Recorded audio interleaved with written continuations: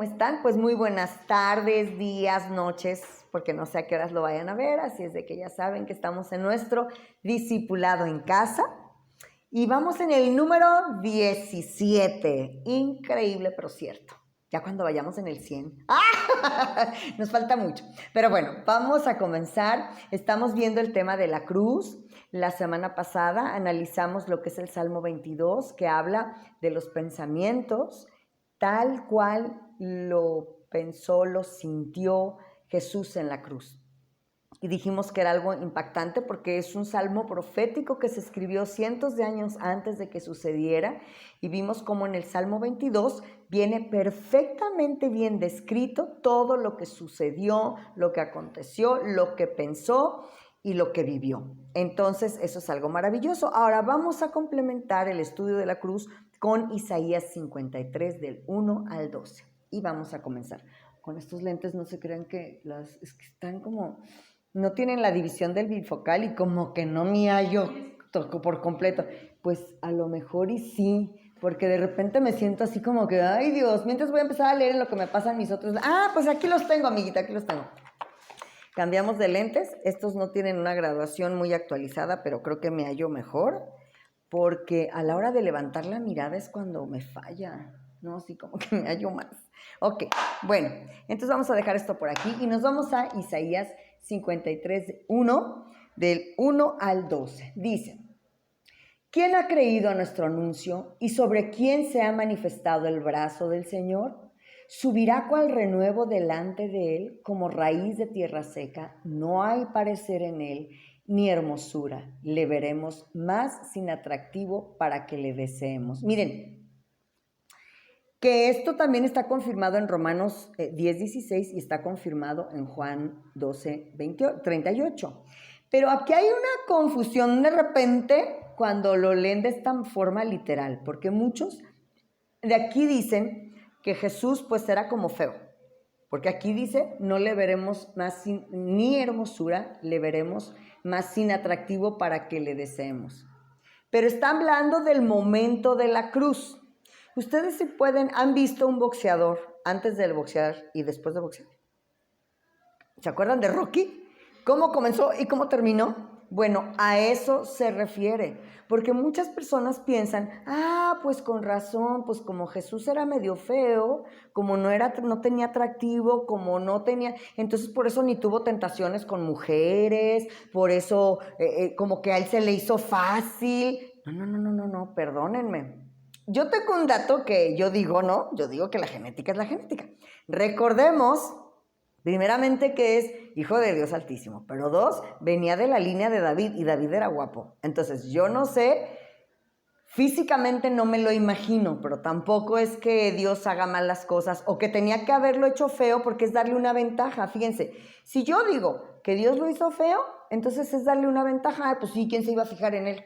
No, perdónenme, pero yo creo que él fue un hombre, si ahí bien no describe que él era especialmente hermoso, como en el caso de David, que sí lo dice claramente, pero tampoco dice que era feo en los evangelios. Aquí en el momento de la cruz, fíjense lo que dice aquí: subirá cual renuevo delante de él, y como raíz de tierra seca no hay parecer en él. ¿Por qué? Pues porque ya no se parecía por los golpes, porque ya estaba hinchado, ya estaba inflamado, ya le habían... ¿Ustedes se pueden imaginar lo que es tener espinas en la cabeza? Una de las zonas que más sangran es la cabeza. Ahora imagínense espinas por horas en la cabeza. ¿Se pueden imaginar la inflamación que tenía en la cabeza? Dice, ni hermosura le veremos, más sin atractivo para que le deseemos. ¿Dónde está el deseo del sin atractivo?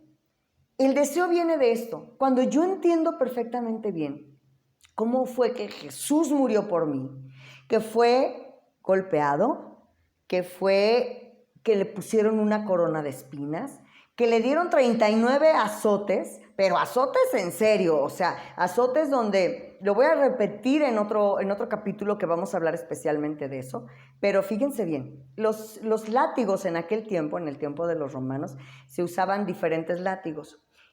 más bien, diferentes puntas. Era un látigo con diferentes puntas. En algunas puntas se dice que tenía una especie de ganchos. Bueno, les voy a explicar desde el principio. Tenía bolas. Las bolas eran para que al golpear se inflamara. Una bola te hace que te inflames. Luego, en el mismo látigo venían ganchos.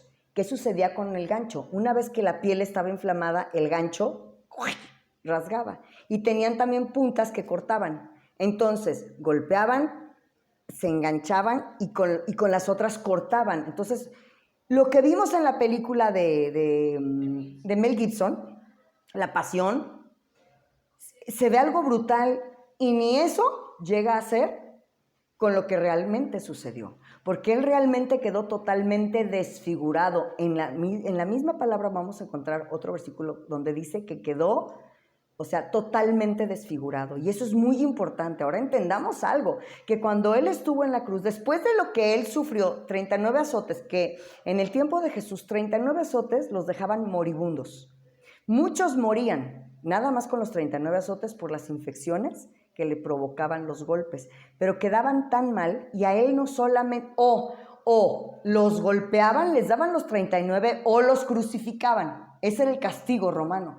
A Jesús lo golpearon, le pusieron la corona, que a ninguno jamás le habían hecho eso, más lo crucificaron. O sea, fueron 3 torturas diferentes y torturas muy fuertes. Por eso aquí dice, ni hermosura le veremos más inatractivo para que le deseemos. ¿Qué es lo que nos hace apasionarnos de Dios? Saber cuánto costó mi salvación. Saber cuánto dolor fue infringido para Él para que yo no lo sufriera. ¿Por qué? Porque la Biblia dice que los azotes son para los rebeldes, que los azotes y los golpes, ¿qué sucedía en el Antiguo Testamento cuando muchos pecados que tenían por juicio? La muerte, a pedradas, ¿no? Había diferentes tipos de muerte, pero para que yo no muriera por mis rebeliones, Él tuvo que morir por el pecado de todos nosotros y por eso el castigo sobre Él fue en sobremanera. Ahora, ¿por qué Él tendría que morir con una corona de espinas en la cabeza? Yo les digo, ahí nomás se las dejo de tarea. ¿Cuántos malos pensamientos tenemos todos los días? Aunque no hagamos, fíjense qué fuerte. Por un lado, dice que la espalda es por las rebeliones. ¿Cuántas rebeliones fueron? Básicamente 39. De ahí se desprenden un montón. ¿Cuántos malos pensamientos tenemos todo el día? Entonces, ¿dónde se infringió otro castigo? Sobre la mente, sobre los pensamientos. ¿Cuántas cosas hacemos con nuestras manos? ¿Dónde fueron los clavos? En nuestras manos. Y cuando dice la Biblia que también que los perversos y malos andan en pasos de perversidad, ¿en dónde fueron los clavos? En los pies. Si se fijan ustedes, ¿y dónde fue la lanza? En el corazón, porque del corazón perverso sale todas las cosas.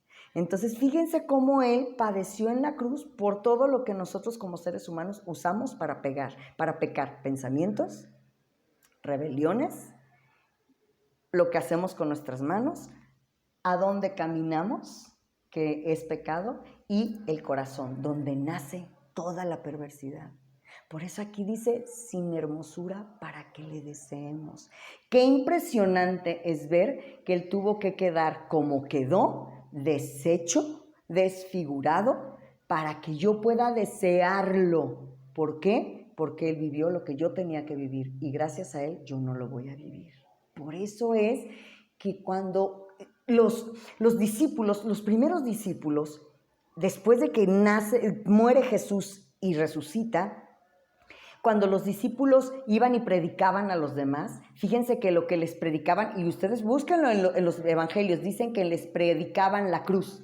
¿Qué era lo que se les predicaba? La cruz. No se les predicaba la prosperidad, no se les predicaba muchas cosas que hoy se predican, que distorsionan el mensaje y lo leudan. Predicaban la cruz. ¿Para qué? Dice que la gente se compungía de corazón, se arrepentía, eran bautizados. ¿De dónde salía el compungimiento? Pues de saber cómo murió. O sea, si yo no, de verdad, si yo en mi mente no tengo en mi mente realmente lo que costó mi salvación, yo no puedo sentir ese dolor en el corazón de decir, ay Señor, perdóname. ¿De dónde sale el arrepentimiento? De entender la magnitud de lo que costó mi salvación, de lo que costó el perdón de mis pecados. Ahora dice, despreciado y desechado. Fíjense, no solamente desfigurado, no solamente quedó sin hermosura, no solamente quedó sin atractivo, dice despreciado y desechado entre los hombres, varón de dolores, experimentado en quebranto, y como que escondimos, dice, de él el rostro, fue menospreciado y no lo estimamos. ¿Por qué? Como que escondimos nuestro rostro. ¿Ustedes se pueden imaginar lo que quedó en la cruz? O sea, lo que se veía en la cruz no tenía nada que ver con los ladrones. Los ladrones no estaban golpeados, no estaban hinchados, no estaba nada. Los dos ladrones que sí lo merecían, no estaban así, estaban crucificados, pero no estaban como Jesús. Pero yo me puedo imaginar, ¿qué fue esa escena de verlo ahí y decir, ¿ustedes han pasado por algún accidente? ¿Por algún lugar donde ven algún atropellado? ¿Y qué haces? No puedes verlo. O sea, de verdad no puedes verlo. Ahora imagínate tú al ser más maravilloso que pisó esta tierra, al ser más bondadoso que pisó esta tierra, a Dios mismo ahí, muerto como el peor de los ladrones y el peor de los homicidas, es como que escondimos nuestro rostro. Es lo que está diciendo de aquí. Dice, ciertamente, Él llevó nuestras enfermedades, sufrió nuestros dolores y nosotros lo tuvimos por azotado, por herido de Dios y abatido. Mas Él herido fue por nuestras rebeliones. Fíjense, herido. ¿Se acuerdan dónde? En la Biblia dice dónde es que es el castigo sobre la rebelión. Va sobre la espalda. Y luego dice molido por nuestros pecados. ¿Cómo quedó? Molido. O sea, era verlo y no reconocías quién era. O sea, no lo podías reconocer. Dicen los historiadores que inclusive sus barbas fueron como arrancadas. O sea, yo ya ni me lo quiero imaginar, pero fue algo realmente así como, o sea, en mi mente no puedo ni imaginar lo que fue ese momento en la vida de él. Dice, molido. Ahora, ¿por qué? ¿Se acuerdan cuando él dijo en la última cena, que dijo que los hizo comer el pan? Ahora, el pan que no es un pan, no es una semita, no es un picón y no. El pan que les dio de comer era un pan que se usaba especial en la Pascua. Los judíos todos los años celebraban la Pascua y lo celebraban con ese pan. ¿Y saben qué tenía de particularidad ese pan? Yo lo vi porque conozco una amiga que es judía mesiánica y nos enseñó el pan que hacen los judíos. Es como un tipo de galleta salada lleno de hoyos, como las galletas saladas que conocemos. Bueno, ¿por qué lleno de hoyos? Sin ellos saber, ellos cada vez que celebraban la Pascua, al comer ese pan con hoyos, estaban literalmente, sin saber, comiendo el cuerpo de Cristo que había quedado molido y clavado. Por eso ese pan tenía hoyos. Era el simbolismo de que él iba a ser clavado y molido. ¿Por qué molido? ¿Qué les dijo el Señor? Coman de este pan que es mi cuerpo. Cuando tú te lo comes, ¿qué haces con ese pan? Lo mueles en simbolismo de que él fue molido. O sea, es literal, para que nos quede claro cuánto costó. Por eso dice, hagan esto en memoria mía. Y el vino representaba su sangre, porque su sangre fue derramada desde donde fue latigado hasta por toda la vía dolorosa, y la última gota de sangre salió en el Calvario. Pero realmente era la sangre que iba a ser derramada y su cuerpo molido, ¿ok? Entonces, él fue molido por nuestros pecados. El castigo de nuestra paz fue sobre él y por sus llagas fuimos curados. ¿Por qué por sus llagas fuimos curados? Porque todas las rebeliones y todos los pecados traen en sí consigo un castigo, que eso se convierta en enfermedad.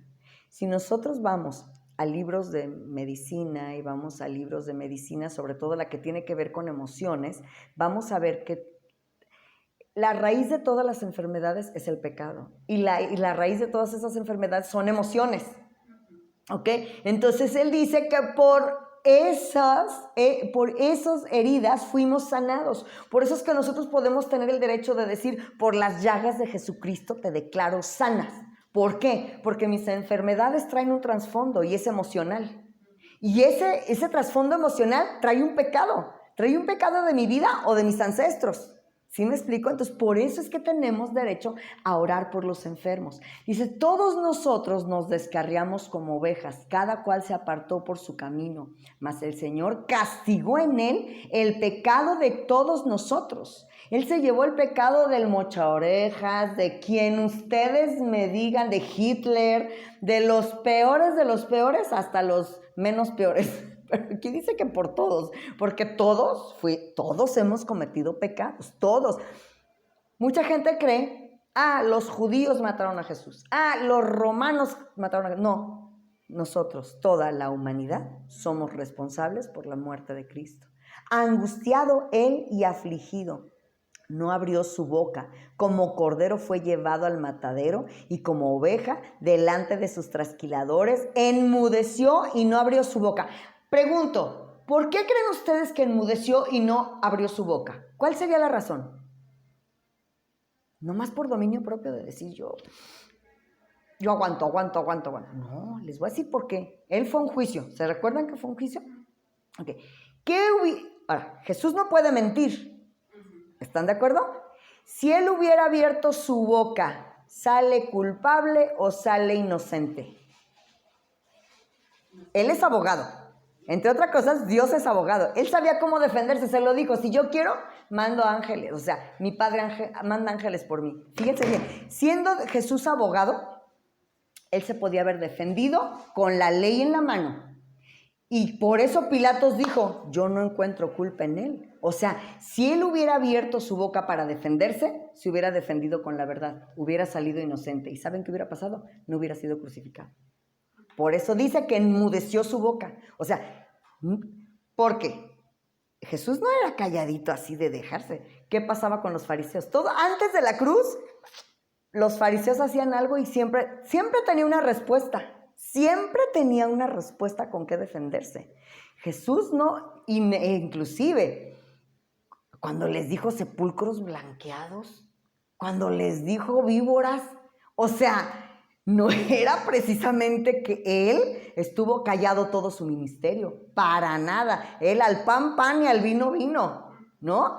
Cuando lo quisieron tentar de que el dinero, que si quién es el César, mandó sacar un pez y a Dios lo que es de Dios y al César lo que es del César. A los pecadores se los dijo y tuvo misericordia con quien tuvo misericordia. O sea, él hablaba muy derecho, muy directo, pero ahí en el momento de la cruz enmudeció su boca. ¿Para qué? Para que pudiera morir. Por eso él dice en la Biblia que él dio su vida. Si él se hubiera defendido, no la hubiera dado, porque hubiera salido inocente. Por eso dice, enmudeció su boca. Dice, por cárcel y por juicio fue quitado.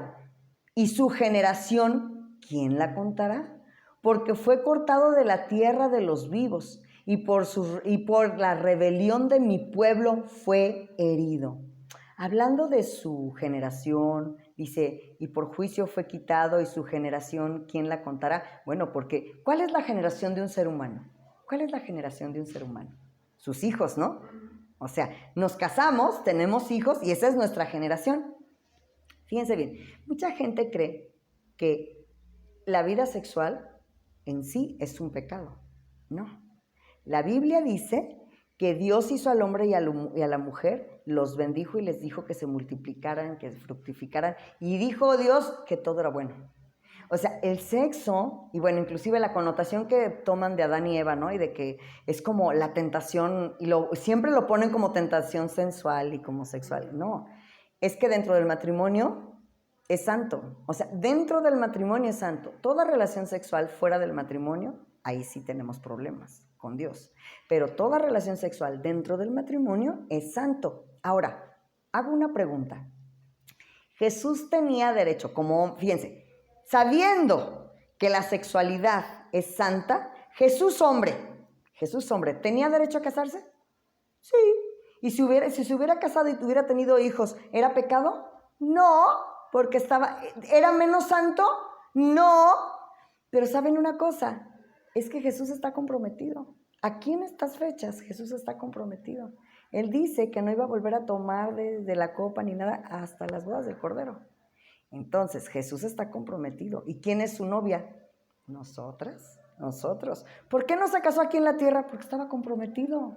Por eso dice, ¿quién conocerá su generación? Él no tuvo hijos aquí, pero todos nosotros somos sus hijos espirituales. Todos nosotros somos. Y hizo su compromiso aquí para casarse con su novia celestial, que somos todos nosotros. Entonces él vivió su soltería con mucha honra. ¿Por qué? Por causa de nosotros. Él tenía derecho, pero no usó su derecho.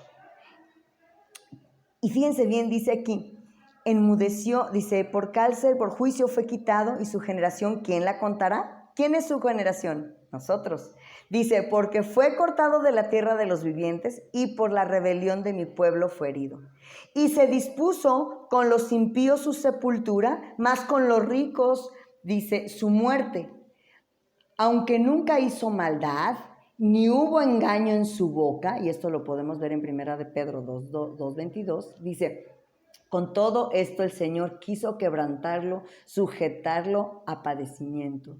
Dice, cuando haya puesto su vida en expiación por el pecado, verá el linaje, vivirá por largos días, y la voluntad del Señor será en su mano prosperada. Verá el fruto de la aflicción de su alma y quedará satisfecho. Dice, por su conocimiento justificará mi siervo dice, por su conocimiento justificará mi siervo justo a muchos. O sea, nosotros todos somos justos por causa de que él sufrió el juicio, ¿sí? Y él fue justo. Dice, llevará las iniquidades de ellos. Por tanto, yo le daré parte con los grandes, con los fuertes, repartirá despojos, por cuanto derramó su vida hasta la muerte. Fue contado con los pecadores, habiendo él llevado el pecado de muchos y orado por los transgresores. En Marcos 15:28 y Lucas 22:37 dijo, perdónalos, Padre, porque no saben lo que hacen. Entonces, él vivió y padeció por nosotros, para nosotros. Pudiendo él haber vivido mucho, pudiendo él vivir, fíjense, la paga del pecado es la muerte. Él podía haber vivido hasta los 80 años. No, él se negó y en la plenitud de su vida, a los 30 años comenzó su ministerio y a los 33 dijo, ya, porque había cumplido el propósito. ¿Cuántos de nosotros tenemos que entender nuestro propósito? Tenemos que entender a qué venimos. Y nuestro propósito también es predicar el evangelio hasta lo último, hasta lo último. Mi vida tiene que tener un propósito. Independientemente de que yo tenga una vocación como cantante, como médico, como... ¿Qué vas a hacer, hija? Negocios, lo que sea. Esa es nuestra vocación para manejarnos aquí en la tierra. Pero nuestra vida tiene un propósito. Donde quiera que estemos, hacemos discípulos para Él. Y esto de la cruz del Calvario hay que decírselo a todas las personas. Lo que costó mi salvación, lo que costó tu salvación. Vamos a orar. Papito precioso, yo te doy muchísimas gracias, papito hermoso. Gracias te doy porque no podemos, Señor, ni siquiera imaginarnos la realidad. Aún lo leo y yo no puedo imaginar qué fue el morir en la cruz. Los dolores, los calambres. Señor, son tantas cosas que sufriste ahí, Señor, que no podemos imaginar cuánto verdaderamente costó nuestro pecado. Pero lo que sí podemos hacer es darte gracias. Gracias infinitas por llevarte nuestras rebeliones. Gracias infinitas por llevarte todos nuestros malos pensamientos. Gracias infinitas por haberte llevado, Señor, en tus manos, Señor, el pecado de nuestras manos, el pecado de nuestros pies, el pecado de nuestro corazón. Todo lo que en nuestra vida era corrupto y pecaminoso te lo llevaste en la cruz del Calvario. Nosotros en esta mañana o tarde o noche queremos decirte que queremos vivir una vida santificada para ti, porque queremos agradarte, porque queremos ser libres, porque queremos ser sanos, porque la paga del pecado es muerte y no queremos morir en nuestros pecados. Queremos tener vida y vida en abundancia, porque para eso viniste tú, para darnos vida y vida en abundancia y sobre todo vida eterna. Gracias por perdonar nuestros pecados. En el nombre poderoso de Yeshua te alabamos, te glorificamos. Gracias, Padre. Gracias, amado Yeshua. Y gracias, Espíritu Santo, por llevarnos a los pies de tu amado Hijo. Amén y amén. Que tengan un lindo día. Bendiciones y nos vemos muy pronto. Bye, bye. Bendiciones para todos.